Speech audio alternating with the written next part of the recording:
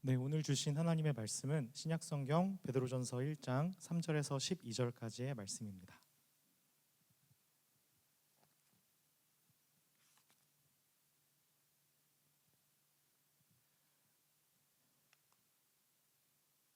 베드로전서 1장 3절에서 12절까지의 말씀입니다.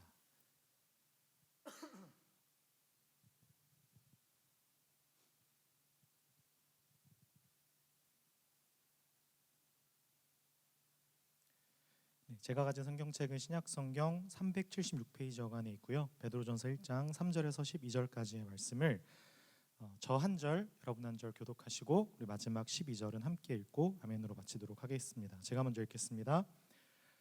우리 주 예수 그리스도의 아버지 하나님을 찬송하리로다. 그의 많으신 긍휼대로 예수 그리스도를 죽은 자 가운데서 부활하게 하심으로 말미암아 우리를 거듭나게 하사 산 소망이 있게 하시며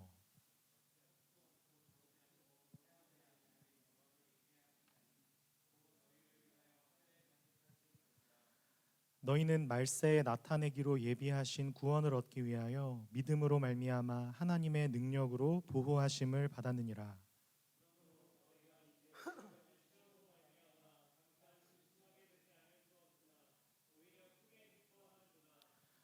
너희 믿음의 확실함은 불로 연단하여도 없어질 금보다 더 귀하여 예수 그리스도께서 나타나실 때에 칭찬과 영광과 존귀를 얻게 할 것이니라.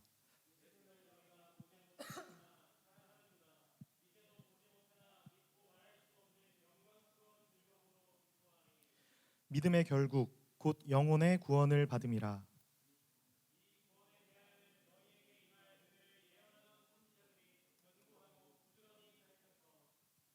자기 속에 계신 그리스도의 영이 그 받으실 고난과 후에 받으실 영광을 미리 증언하여 누구를 또는 어떠한 때를 지시하시는지 상고하니라.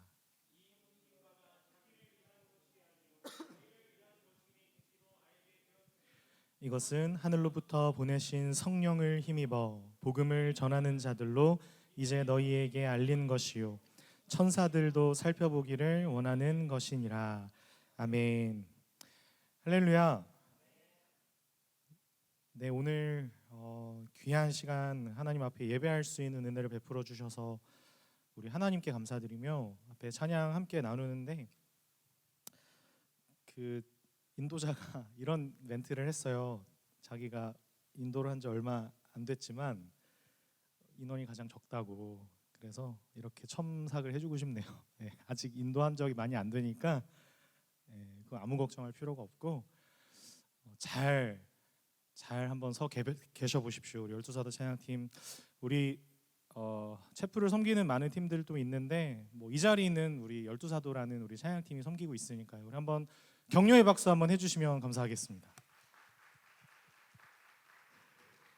네, 잘 뿌리를 내리고 서보시면 물처럼 밀려 들어올 것입니다. 찬양을 하는데 오늘이 5월 24일이거든요. 근데 제가 갑자기 생각이 났어요. 여러분 1738년 5월 24일에 이런 일이 있었습니다. 그날 저녁 나는 올더스게이트 길에 있는 한 모임 예배에 지친 몸으로 마지못해 참석했다.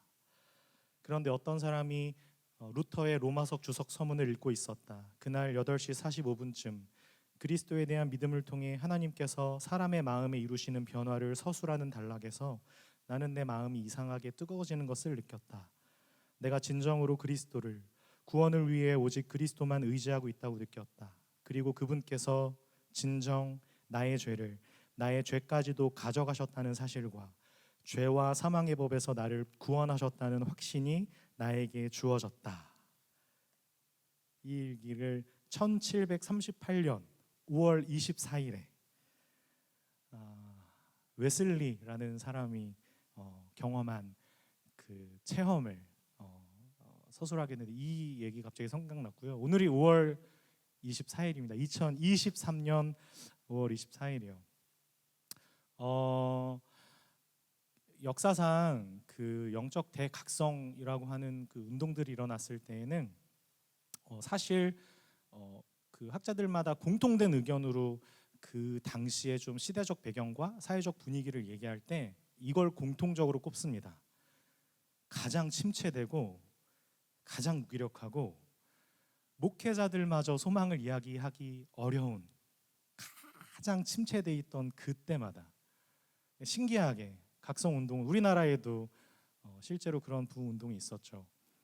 그러니까 막 다 들고 일어나서 진짜 막 모두가 갈망하고 이럴 때가 아니고요. 공통된 그 그레이트 어웨이크닝이라고 하는데 그 대각성 운동들은 가장 침체되어 있을 때, 그래서 어떤 한 학자의 의견에 제가 조금 많이 공감하고 동의하는 것은 하나님의 역사가 어떻게 중단되지 않고 더 가볼 수 있는지를, 하나님은 가장 침체되어 있는 인간으로서 아무것도 소망하고 의지할 수 없는 그 자리를 통해 내가 여기 있다 이렇게 말씀하시는 것으로 그 운동들을 일으키셨다에 저는 참 공감을 하고 있습니다. 그래서 이 자리에 계신 여러분 한 사람 한 사람들의 정말 이 모습과 예배드리는 모든 태도들과 마음들, 이것들이 참 귀하고 너무 소중하다고 생각합니다. 여러분들에게도 정말 격려의 마음을 전하고요. 우리 하나님의 부르심 앞에 선 우리 사랑하는 나사렛 대학교 모든 우리 학우 여러분들을 주님의 이름으로 축복합니다. 베드로전서에 대해서 계속 나누고 있는데요. 여러분, 베드로전서는 예수님을 믿고 나그네 같은 인생을 살고 있는 모든 그리스도인들을 위한 편지입니다.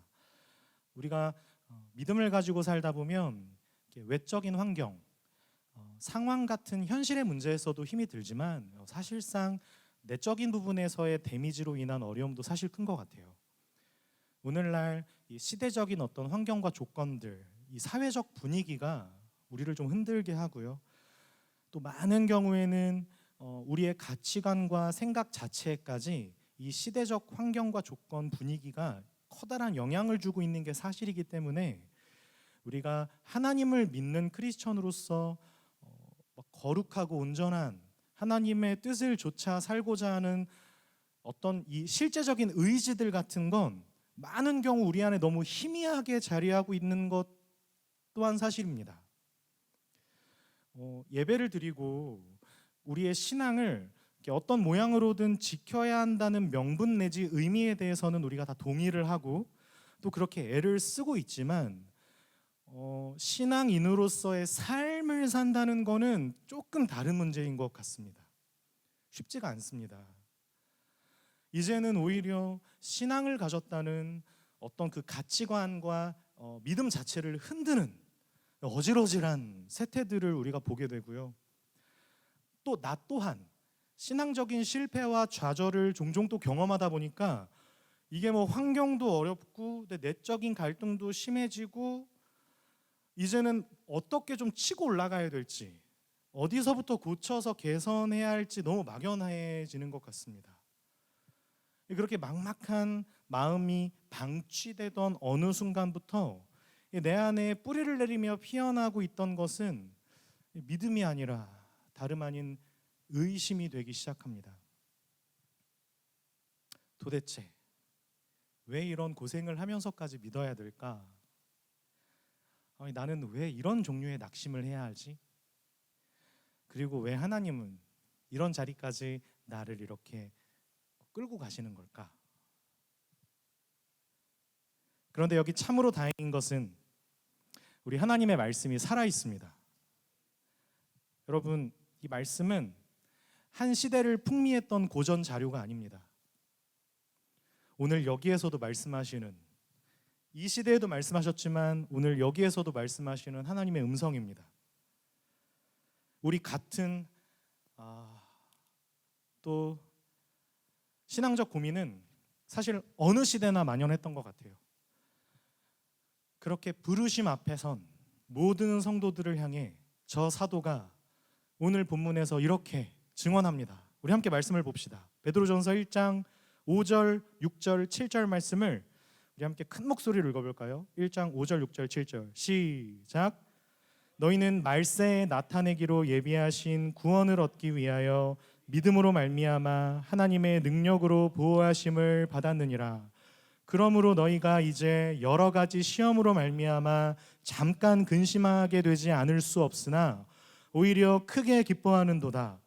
너희 믿음의 확실함은 불로 연단하여도 없어질 금보다 더 귀하여 예수 그리스도께서 나타나실 때 칭찬과 영광과 존귀를 얻게 할 것이니라. 아멘. 여러분, 이 뜨거운 위로와 확신을 도전하는 베드로의 증언을 한번 주목해 보십시오.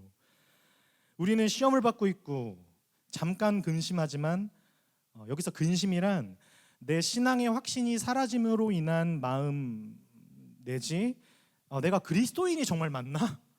하는 근본적인 흔들림까지 포함합니다. 잠깐 근심하지만 그럼에도 1장 7절 너희 믿음의 확실함은 불로 연단하여도 없어질 금보다 더 귀하여, 금보다 더 귀하여, 돈보다 더 귀하여, 너의 모든 가치라고 여기는 것보다 더 귀하여 예수 그리스도께서 나타나실 때 칭찬과 영광과 존귀를 너가 얻게 할 것이니라. 아니, 당사자들인 우리는 지금 너무 힘든데 베드로는 도리어 그런 우리의 믿음, 우리 이 믿음 없는 이 믿음을 향해 확실한 것이라고, 실패할 수 없는 것이라고 단언하며 위로합니다. 그리고 우리의 손을 그냥 붙잡아 일으켜 세웁니다. 여러분, 여기서 중요한 대목은 저 사도가 뭘 근거로 이런 위로를 하냐는 거예요. 우리 1장 10절 11절 우리 권준이가 한번 큰 목소리로 읽어주시겠습니까?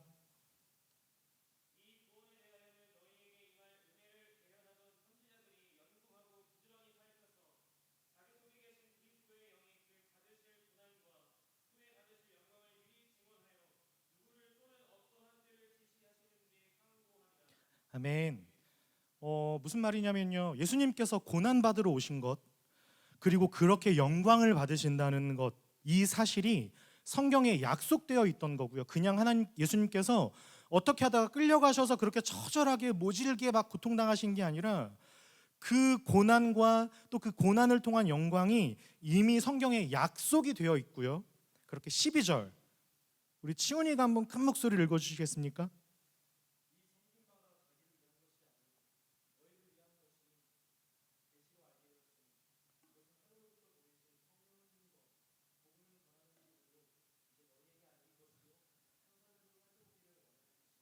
아멘.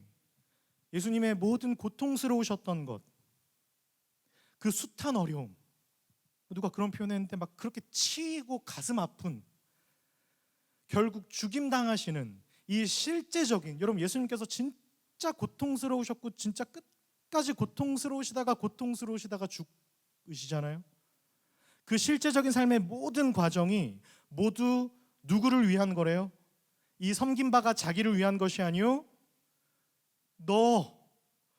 우리를 위한 것이었다는 것을 성령 하나님으로 말미암아 모든 하나님의 종들이 한 사람도 남김없이 똑같이 예언했고 이미 증언했던 사실로 말미암아 그 근거를 가지고 지금 베드로가 강력하게 선포하는 겁니다. 그렇게 이미 이루어진 것도 있고 앞으로 온전히 이루어질 거야 라고요. 위로하고 격려하며 괜찮다고 손을 잡고 우리를 일으켜 세웁니다. 여러분, 저 사도 베드로에게 어떻게 이런 확신과 넉넉함의 위로와 공감, 그 격려가 가능했을까요? 여러분, 베드로도 충분히 괴로웠고요. 사실 틈만 나면 부정하려 들었고요. 그렇게 자기 현실로부터 도망도 쳤었고요. 실제로도 믿음과 삶을 살아내는 괴리를 정돈하지를 못했고요. 예수님을 기었고 배신했던 비겁한 어른이었으니까요. 뭐 사도라고 하지나 말지. 지난주에 제가 그런 표현을 했는데요, 되게 안타까운 상황은 안타까운 선택을 낳는 것 같다고요. 여러분, 베드로가 비겁했던 건 여러분 현실의 무게를 그대로 짊어질 수밖에 없었기 때문이었어요. 누구라도 그랬을 거예요. 아니요, 누구나 그래요. 여러분, 예수님께서 인간으로 오셨습니다. 그분을 실제로 만질 수 있었고 그들은 예수님의 음성을 들을 수 있었어요. 여러분, 예수님은 정이 많으셨고 인자하셨고 타협하지 않으셨고 거침없으셨습니다. 더 나아가 예수님에게는 다른 이들과는 비교할 수 없는 권위가 있으셨어요. 인간이셨지만 그분은 살아계신 하나님의 아들이셨거든요. 그걸 그들은 볼 수 있었습니다. 주는 그리스도시요 살아계신 하나님의 아들이십니다.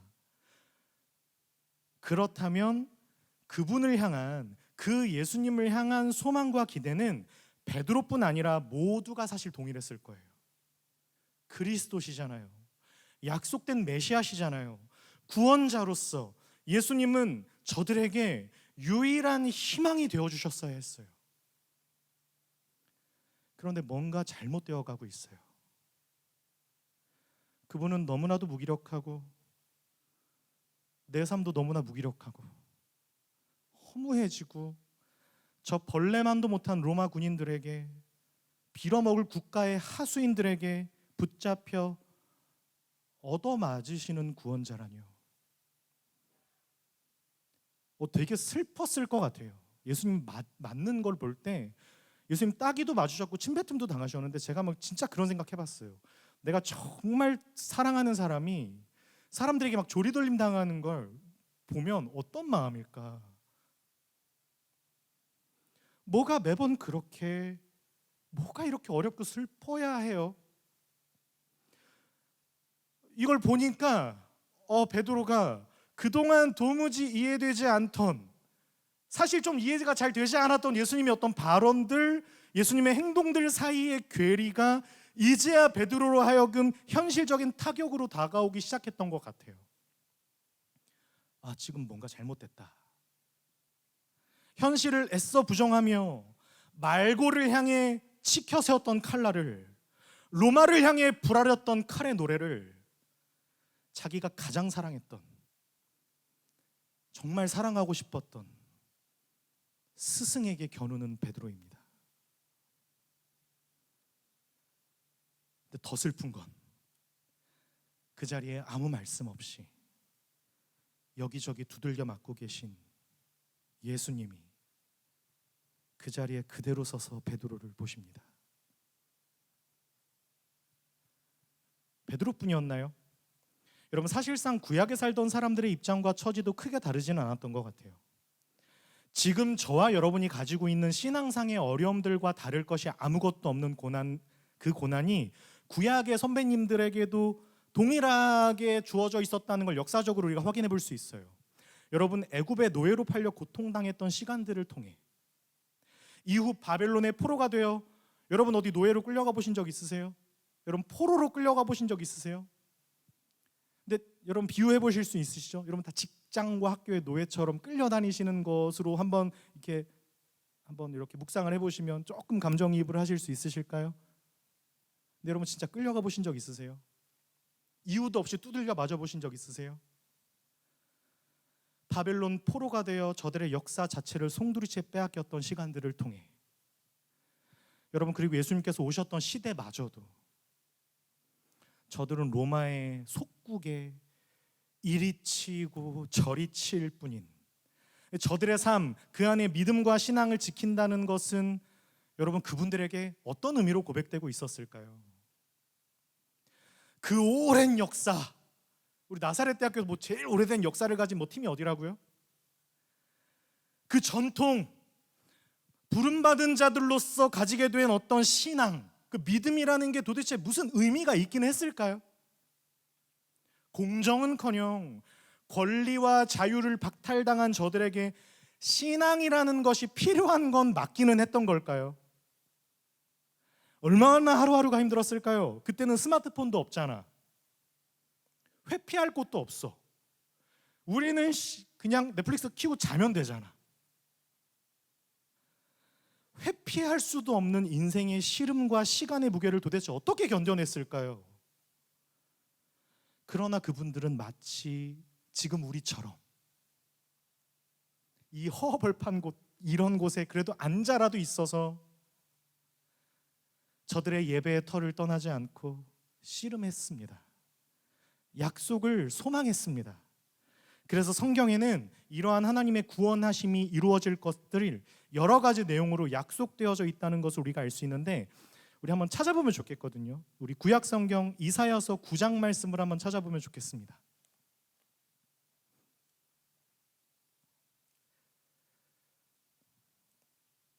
이사야서 9장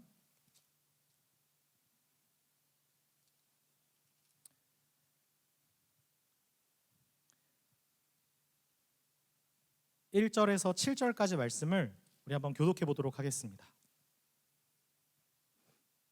제가 먼저 읽겠습니다. 전에 고통받던 자들에게는 흑암이 없으리로다. 옛적에는 여호와께서 스불론 땅과 납달리 땅이 멸시를 당하게 하셨더니 후에는 해변길과 요단 저쪽 이방의 갈릴리를 영화롭게 하셨느니라.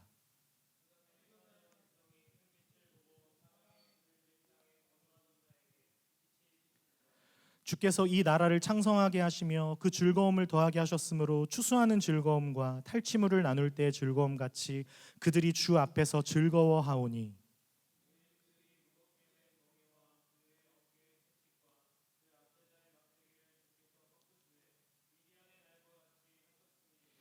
어지러이 싸우는 군인들의 신과 피 묻은 겉옷이 불의 섭같이 살라지리니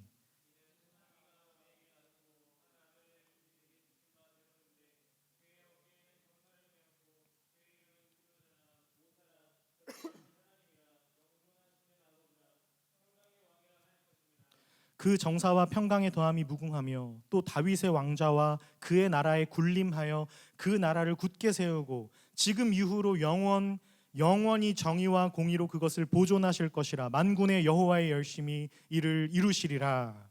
아멘.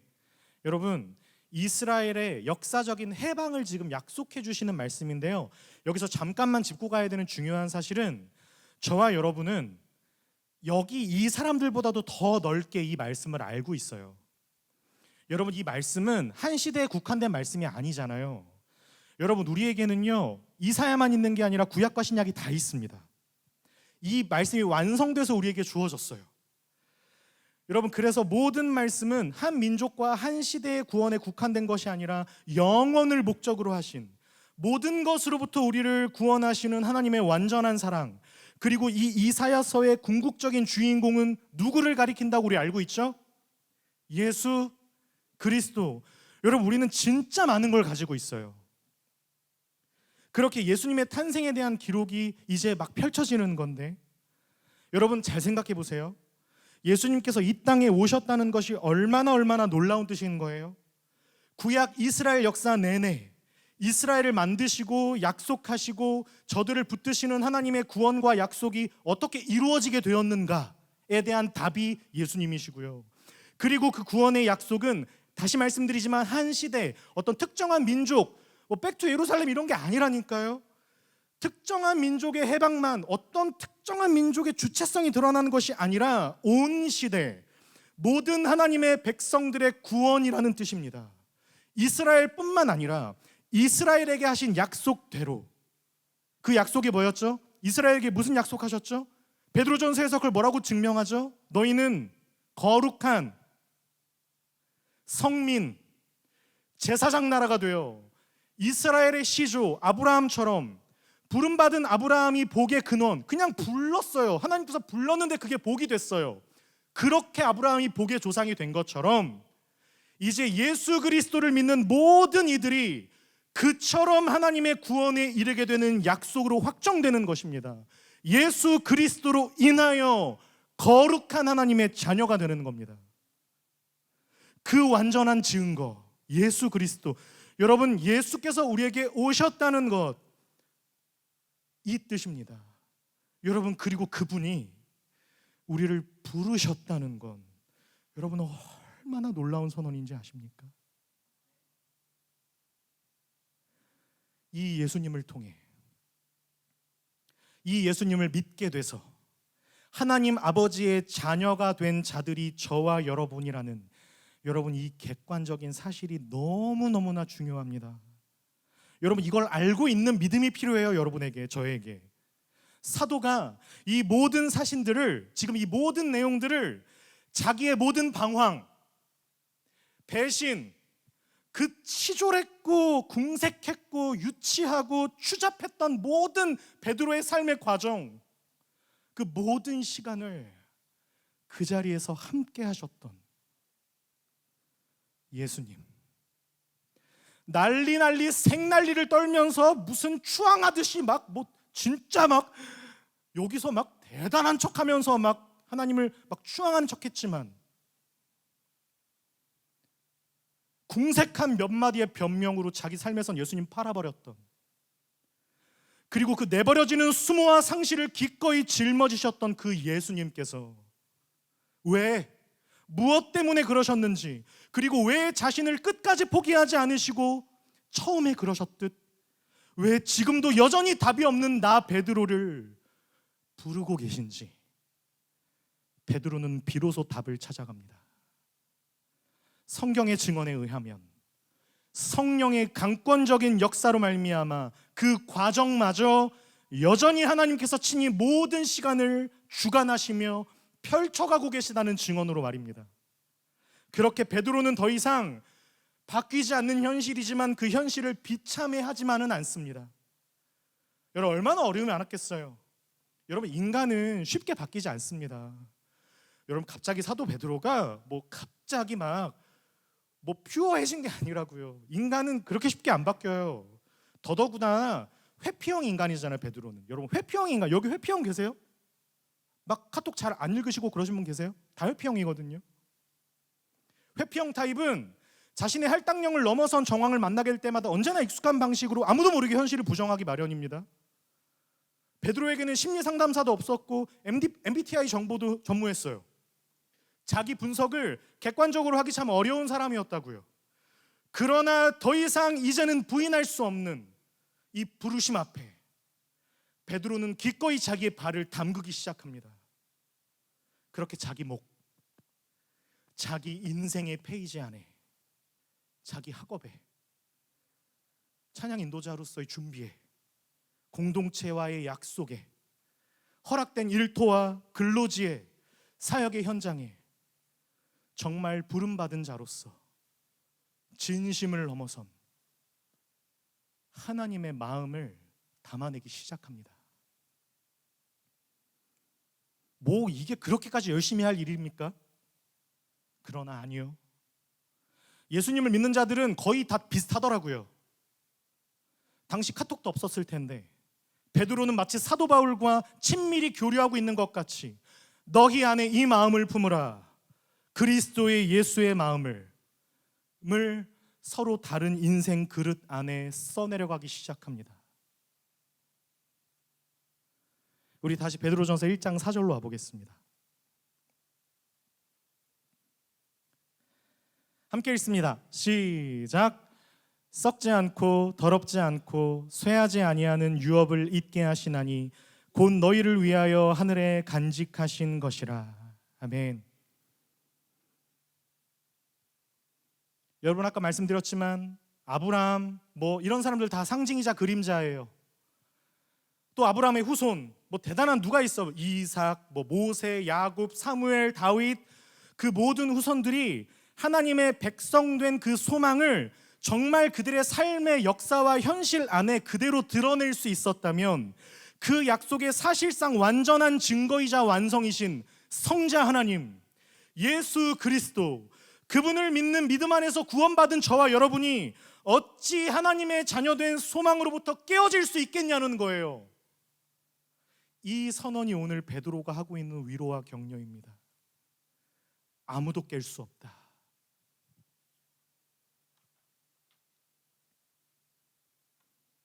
우리 말씀 하나만 더 찾아보겠습니다.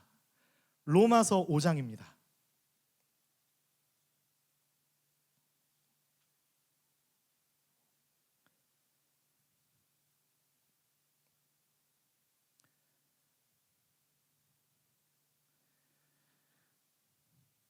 여러분, 성경 읽으실 기회가 많이 없으셨죠?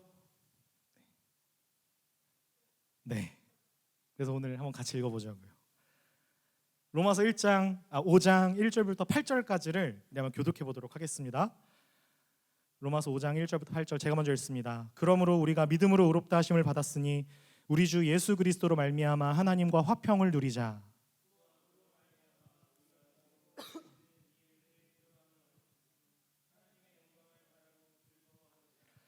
다만 이뿐 아니라 우리가 환난 중에도 즐거워하나니 이는 환난은 인내를, 인내는 연단을, 연단은 소망을 이루는 줄 알미로다. 소망이 우리를 부끄럽게 하지 아니함은 우리에게 주신 성령으로 말미암아 하나님의 사랑이 우리 마음에 부음받음이니 우리가 아직 연약할 때 기약대로 그리스도께서 경건하지 아니한 자를 위하여 죽으셨도다. 의인을 위하여 죽는 자가 쉽지 않고 선인을 위하여 용감히 죽는 자가 혹 있거니와 우리가 아직 죄인 되었을 때 그리스도께서 우리를 위하여 죽으심으로 하나님께서 우리에 대한 자기의 사랑을 확증하셨느니라. 아멘. 여러분, 죄로 인하여 그 관계가 완전한 죽음으로 깨어졌던 우리가 예수 그리스도로 인하여 하나님과 화평을 누리게 되었습니다. 그런데 여러분, 이건 시작에 불과해요. 이 화평의 궁극적인 결과는 하나님의 영광입니다. 그 영광을 바라고 즐거워하는 것입니다. 이 소망이, 이 약속이 우리를 부끄럽게 하지 아니함은 이 약속에 실패되지 않을 것은 뭐가 근거이기 때문이에요? 하나님의 사랑이 근거이기 때문이랍니다. 하나님의 선하신 그 약속, 저 구약부터 이 신약 그리고 오늘 이 시간까지 하나님의 그 변하지 않은 약속이 근거가 되어 하나님의 사랑이, 여러분, 그 하나님의 선하심이 무엇에 근거하고 있대요? 물론 우리가 천편일률적으로 답할 수 있지만 오늘 이 성경 전체가 근거하고 있다는 것을 전제해서 오늘 제가 베드로전서식으로 정리하자면, 여러분, 하나님의 선하신 그 진실하신 완전한 사랑의 근거는 바로 예수님이십니다. 그 아들을 저와 여러분을 위해 죽이신 사랑, 그렇게 설레이는 감정 자체에 호소하지 않고 지금 사도 바울이 묻는 거예요. 야, 그 예수님이 우리를 위해 오셨을 때가 어떤 때였어? 어떤 너에게 찾아오셨어? 어떤 시절에 너에게 오셨어? 8절에 뭐라고 답해요? 우리가 아직 죄인 되었을 때. 여러분, 이 사실은 바울에게도 베드로에게도 그리고 여기 있는 한 사람도 예외 없이 우리 모두에게도 동일한 사실입니다. 우리가 하나님을 찾지 않을 때, 하나님의 필요를 구하지 않을 때, 우리의 의심과 질문이 더 컸을 때, 관심도 사실 크게 없고 그냥 와서 드럼 몇 번 깨작깨작거리고 베이스 몇 번 띵기띵기 하는, 힘들다, 적극적으로 삶에서는 그를 거부하고 인정하지 않으며 살아갈 때, 그 자리에 예수님은 우리를 위해 기꺼이 고난받으시고 죽으심으로 아버지께서 저와 여러분을 향한 당신의 선하신 사랑을 확증하셨답니다. 그래서 여러분, 그 예수님을 믿게 되면 더 이상 우리의 자격을 들이밀지 않게 되는 것입니다. 그냥 그 앞에 주저앉는 거예요. 우리가 회개했기 때문에, 우리가 회개한 그 자리에 우리를 찾아오셔서 당신의 전부를 내어주시는 게 아니라, 우리가 아직 죄인 되었을 때 나를 위하여 죽으신 예수님을 만나 우리의 마음을 깨트려 드리는 것입니다. 전혀 반대편으로 다름질하던 다메섹의 바울에게도, 모든 갈망과 의지마저 부셔져 있던 갈릴리의 베드로에게도 그 어떤 형편, 어떤 수준, 어떤 조건 안에 붙들려 있는 인생이라 할지라도 예수님이 찾아가시는 것입니다. 여러분, 정말 어떤 형편, 어떤 수준, 어떤 조건 안에 붙들려 있는 삶이라 할지라도 찾아오신다는 것을 믿으셔야 합니다. 여러분, 이걸 믿는 게 기독교입니다. 여러분, 세상에게는 보호자가 없어요. 그래서 보이는 것만으로 살아요. 그걸 좀 유식한 말로 자연주의라고 해요. 보이는 게 전부예요.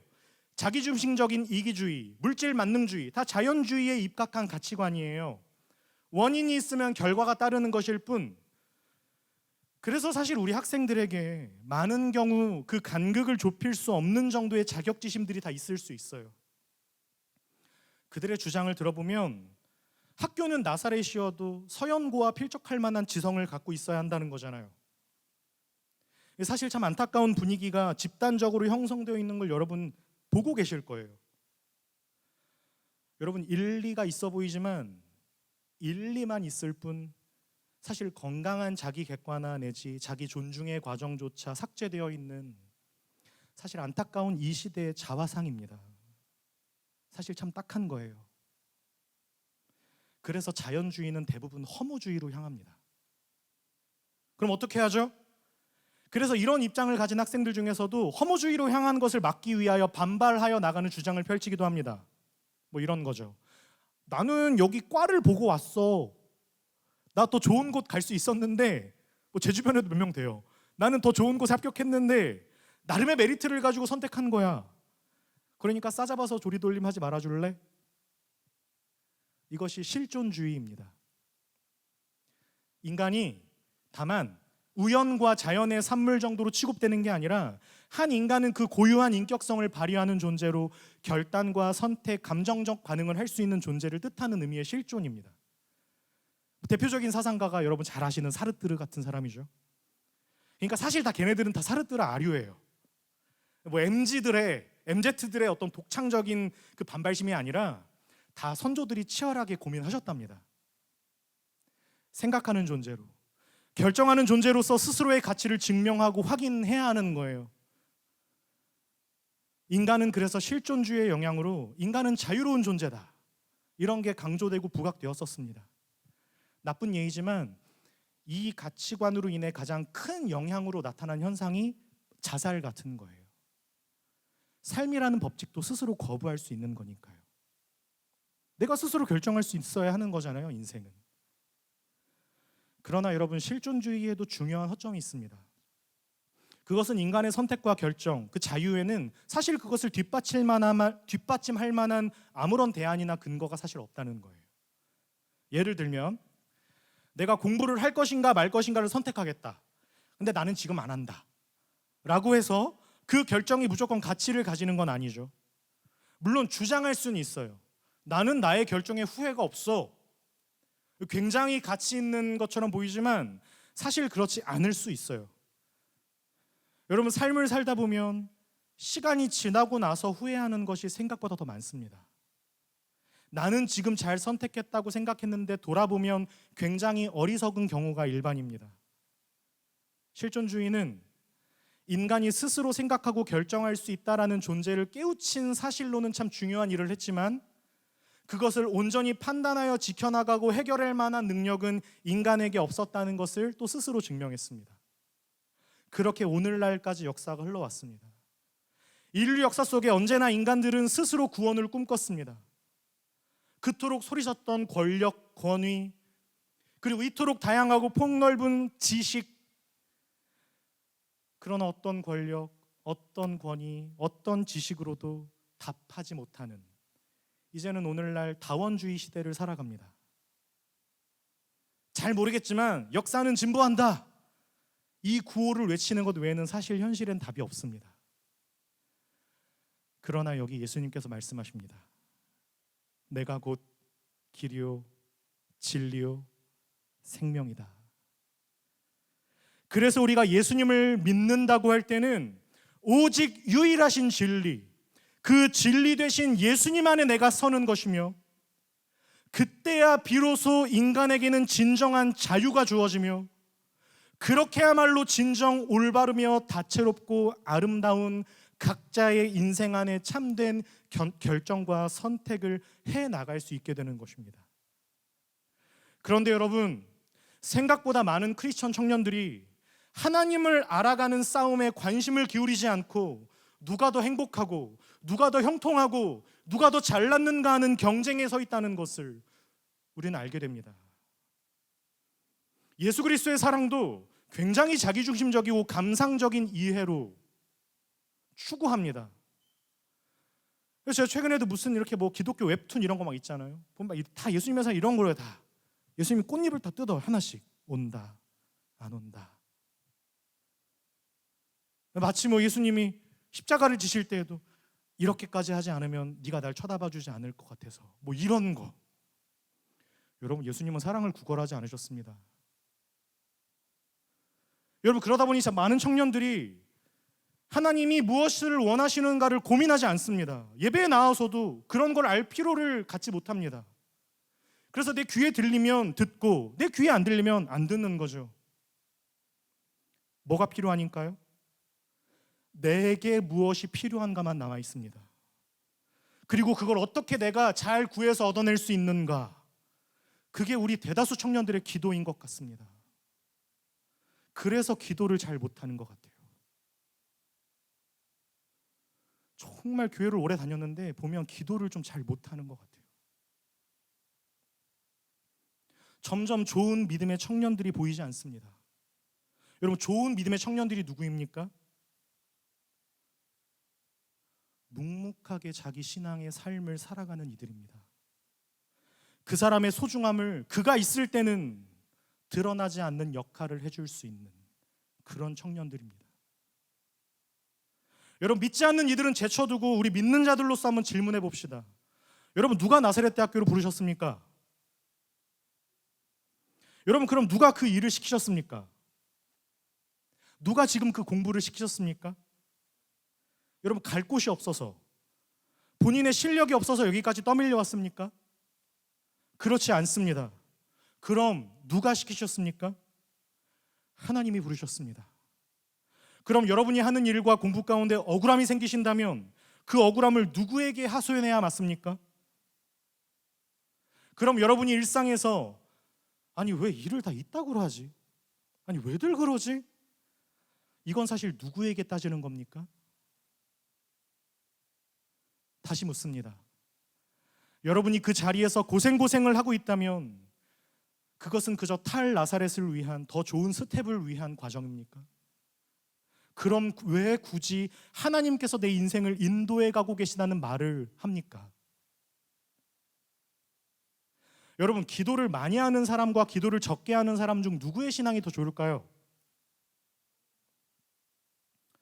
그럼 여러분, 기도라는 게 인생의 과정 속에서 내가 행복하고 원하는 일들이 다 펼쳐져 갈 때 기도하게 되던가요? 아니면 해도 안 되고 이렇게 하려고 하면 저렇게 되고 일이 꼬여가기만 할 때, 그 다음을 생각하기도 어려울 때 기도하게 되던가요? 여러분, 형통할 때 간절해지십니까? 좌절을 경험할 때 간절해지십니까? 예, 좌절을 당할 때입니다. 그렇지 않았다면 여기 이 자리까지 와서 찬양팀을 하거나 뭐 이런 수고를 하진 않겠죠. 맞아요. 누구는 잘만 살던데요. 아니, 내 수고를 통해 누구는 더 편하고 즐겁게 자기 몫을 누리며 교회 다니고 그렇게 살던데요. 그럼 여러분, 다시 질문하겠습니다. 그 둘 중 누구의 신앙이 더 좋을 것 같습니까? 여러분, 애쓰는 사람들의 신앙이 더 좋아야 맞죠.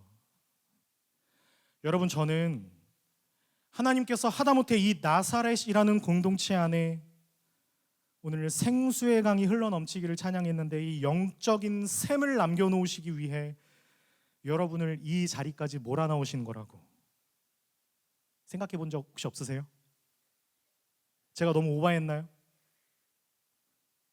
근데 저는 정말 그렇게 생각합니다. 생각보다 신앙과 믿음을 단편적으로 이해하고 형식적인 틀 안에 갇혀 살아가는 공동체, 그런 이들이 참 많다는 것을 알게 됩니다. 여러분, 여러분의 자리에서 희생하고 묻혀 살고 이런 건 사실 굉장히 어려운 싸움입니다. 그런데 마치 저 도시가 공해에 쪄들어 있을 때 시골에는 무공의 환경이 남아있는 것처럼 저는 여러분 모두를 앞으로도 하나님께서 그 다음 세대들을 계속해서 세워나갈 영적인 샘물의 역할을 감당하도록 여러분을 여기 붙잡아 놓아 세우신 줄로 저는 믿습니다. 한 여인의 특성을 소개하며 말씀을 마무리하고 싶습니다. 누가복음 1장 46절 55절의 말씀을 PPT로 띄워주시면 감사하겠습니다.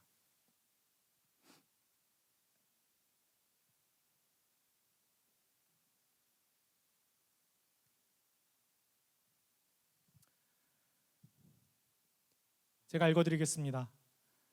마리아가 이르되 내 영혼이 주를 찬양하며 내 마음이 하나님 내 구주를 기뻐하였음은 그의 여종의 비천함을 돌보셨음이라. 보라, 이제 후로는 만세의 나를 복이 있다 일컬으리로다. 능하신 이가 큰 일을 내게 행하셨으니 그 이름이 거룩하시며 긍휼하심이 두려워하는 자에게 대대로 이르는도다.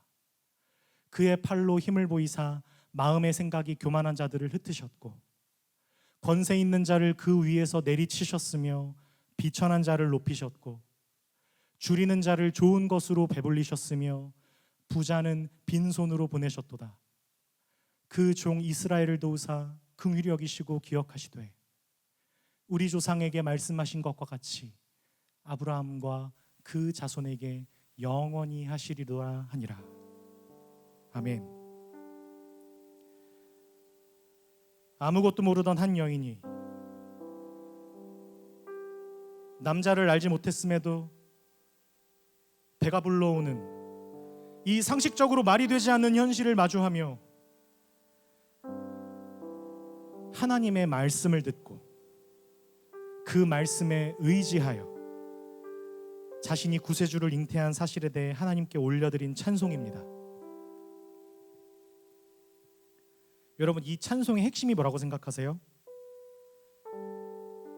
집중을 요하기 위해 불을 꺼주시고 1장 48절만 한번 화면에 띄워주시면 감사하겠습니다.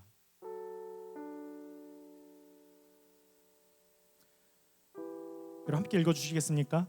저는 이 마리아의 노래의 핵심은, 킬링 포인트는 여기라고 생각합니다. 함께 읽습니다. 시작. 그의 여종의 비천함을 돌보셨음이라. 보라, 이제 후로는 만세의 나를 복이 있다 일컬으리로다. 여러분 보세요. 여러분 이게 어떤 고백으로 들리세요? 이 온 우주 만물 역사의 주인이신 하나님께서 자신과 대화하는 인격적인 하나님이시라는 고백입니다.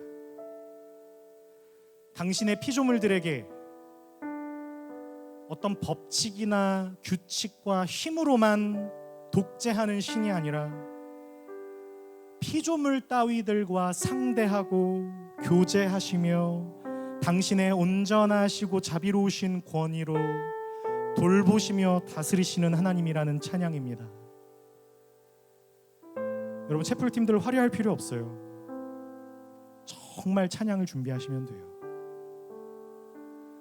비천한 자에게 비천함 그대로 내버려 두지 않으시고 그에게 일어날 수 없는 은혜를 베푸시는 하나님, 가난한 자와 불쌍한 자를 행복하게 만드실 수 있는 통치자, 그분이 마리아 자신의 하나님이라는 찬양입니다.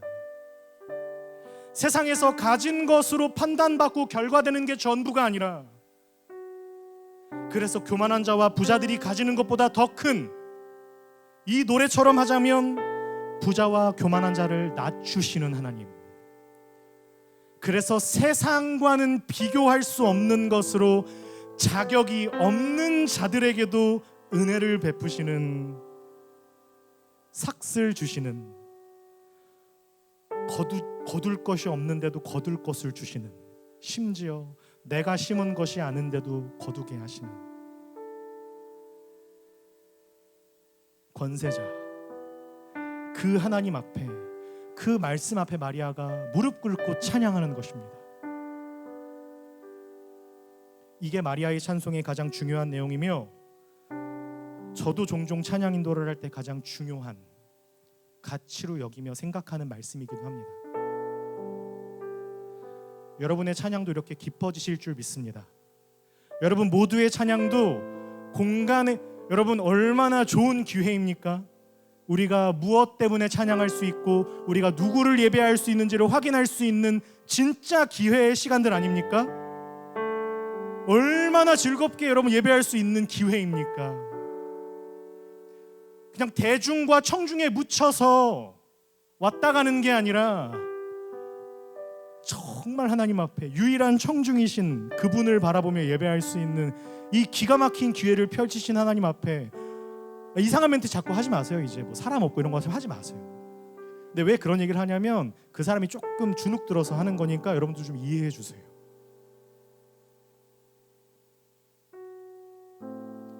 여러분의 기도도 깊어지실 겁니다. 하나님 다 아시는 분이시지만 여러분 솔직하고 진실한 기도부터 엎어지셔서 좀 해보세요. 이 찬양팀들아, 모임 시간만 기다리면서 그냥 앉아있다가 올라가지 말고, 저기 안에 들어가서 자지 말고, 여기서 자. 여기 누워서 자.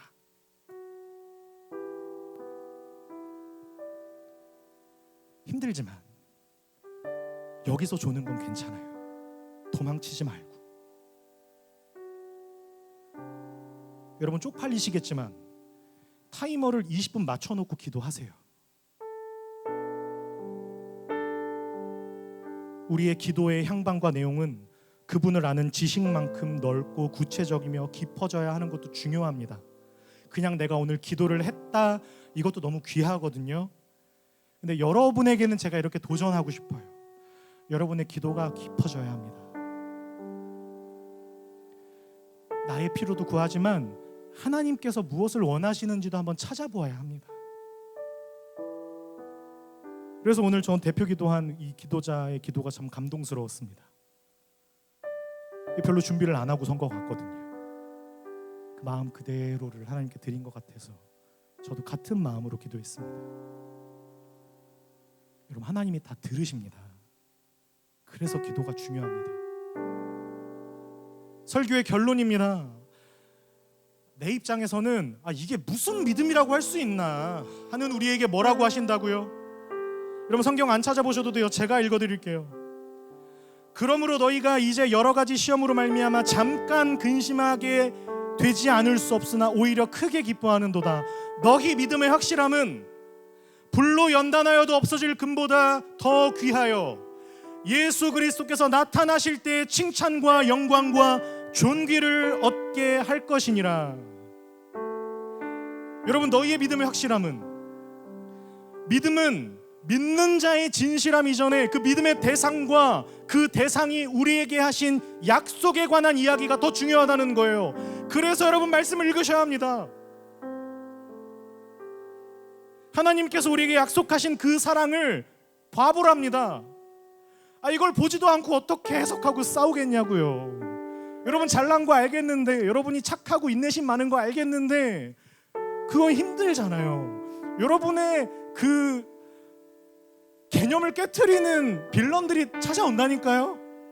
여러분의 인내심을 아주 작은 밟는 빌런들이 나타난다니까요. 여러분 못 이겨요. 사람은 되게 약합니다.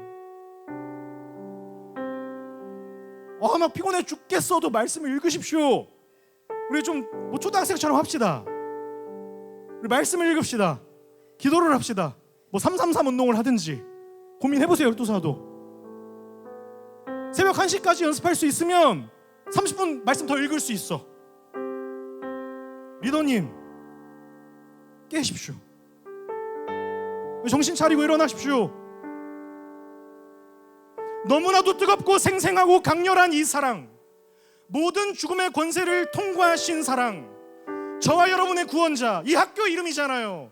나사렛 예수님이십니다. 여러분 나사렛 대학교에 잘 오셨어요. 열심히 예배하시고 열심히 배우십시오. 도망치지 마시고 할 수 있거든 모든 것을 바쳐 예배하십시오. 우리 함께 찬양하고 기도합시다. 제가 잠시 기도하겠습니다. 하나님 감사합니다. 우리 사랑하는 나사렛 귀한 예배자들의 삶을 통하여 지금도 살아 역사하시는 하나님의 숨결을 느낍니다. 하나님, 한 사람도 소외되거나 낙오되지 않고 하나님의 말씀을 힘입어 풀은 마르고 꽃은 시드나 영원히 쇠하지도 않으시고 변하지 않으시는 우리를 향한 하나님 당신의 사랑 안에 젖어들게 하셔서 흔들리고 넘어질 수 있으나 우리를 완전히 거꾸로 들일 수 없는 이 세상 앞에서 기꺼이 저들의 두려움을 위로해주고 만져주며 함께 동역해 갈 수 있고 그 예수 그리스도의 소망을 각자의 삶의 페이지 안에 전하고 나눌 수 있는 그런 멋진 나사렛 사람들 다 되게 하여 주시옵소서. 예수님의 이름으로 기도합니다.